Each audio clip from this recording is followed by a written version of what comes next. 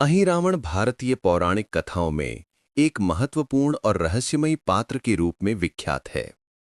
उसका नाम अहि और रावण दो शब्दों से मिलके बना है। अहि का अर्थ होता है सर्प और रावण का अर्थ है गर्जन करने वाला। इस प्रकार अहिरावण का नाम सर्प की शक्ति और गर्जन का प्रतीक माना जाता है। वह असुरों की एक शक्तिशाली वंशावली का प्रतिनिधि था, जो विशेष रूप से काली ऊर्जा और अंधकार से संबंधित माना जाता है। भारतीय पुराणों और ग्रंथों में अहिरावण का उल्लेख विविध रूपों में मिलता है, जिनमें उसकी उत्पत्ति, शक्ति, क्रूरता और अंततः पतन की कथा सम्मिलित है।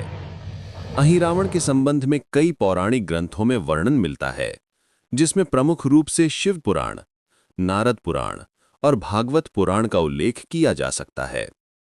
अहिरावण का जन्म एक विशेष प्रकार के योग और तपस्या से हुआ था। कहा जाता है कि उसने स्वयं को अत्यंत कठोर तपस्या में लीन किया ताकि उसे अपार शक्ति प्राप्त हो सके। उसकी तपस्या इतनी गंभीर थी कि देवता भी उसके आक्रोश से भयभीत हो गए थे। उसकी यह तपस्या समुद्र मंथन के समय उत्पन्न शक्तियों से प्रेरित थी। अहिरावण का वर्णन एक विशाल, भयानक और असाधारण रूप के रूप में किया गया है। उसकी आंखें रक्तिम थीं, शरीर सर्पों से घिरा हुआ था और उसके मुख से अग्नि निकलती थी। उसकी उपस्थिति ही अन्य प्राणियों के लिए आतंक का कारण बनती थी। उसके भीतर अनेक प्रकार की दुर्बल और विकट शक्तियां विद्यमान थीं, जो उसे अन्य असुरों से भी अलग बनाती थीं। अहिरावण को अत्यंत शक्तिशाली और चतुर असुर माना गया है। उसके पास असंख्य जादुई शक्तियां थीं।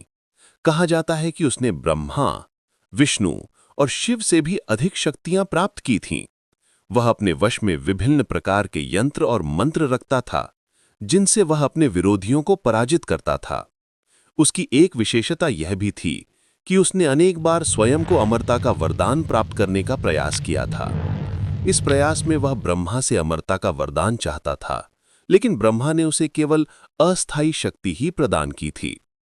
अहिरावण का विशेष ध्यान सर्प मंत्रों, काली शक्तियों और अंधकारमय यंत्रों पर था। उसके पास अनेक रहस्यमय पांडुलिपियां थीं, जिनमें ब्रह्मा के प्राचीन रहस्यों का उल्लेख था। इन पांडुलिपियों का अध्ययन करके उसने अपने ज्ञान और शक्ति का विस्तार किया।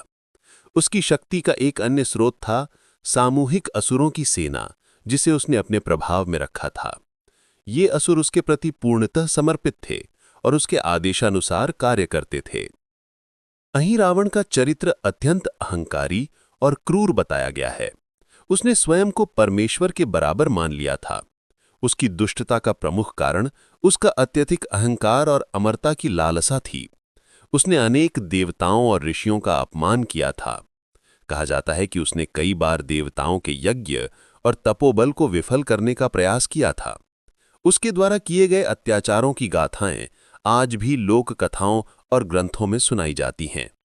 वह असुरों के बीच अत्यधिक प्रिय था, क्योंकि वह उन्हें शक्ति, रणनीति और युद्ध कला का गूढ़ ज्ञान प्रदान करता था। अहिरावण का विश्वास था कि उसकी शक्ति ही उसे सर्वोच्च बनाएगी। इसी विश्वास ने उसे अंततः विनाश के मार्ग पर अग्रसर कर दिया। अहिरावण के पतन की कथा अत्यंत रोचक और शिक्षाप्रद है। पुराणों में उल्लेख मिलता है कि देवताओं ने मिलकर उसकी शक्ति का सामना करने का निर्णय लिया। इस उद्देश्य से विष्णु भगवान ने वामन अवतार, नरसिंह अवतार आदि के रूप में अवतार लिया। विशेष रूप से रामायण महाकाव्य में रावण नामक राक्षस का अत्यंत प्रसिद्ध रूप प्रस्तुत होता है, जो शायद अहिरावण से प्रेरित है।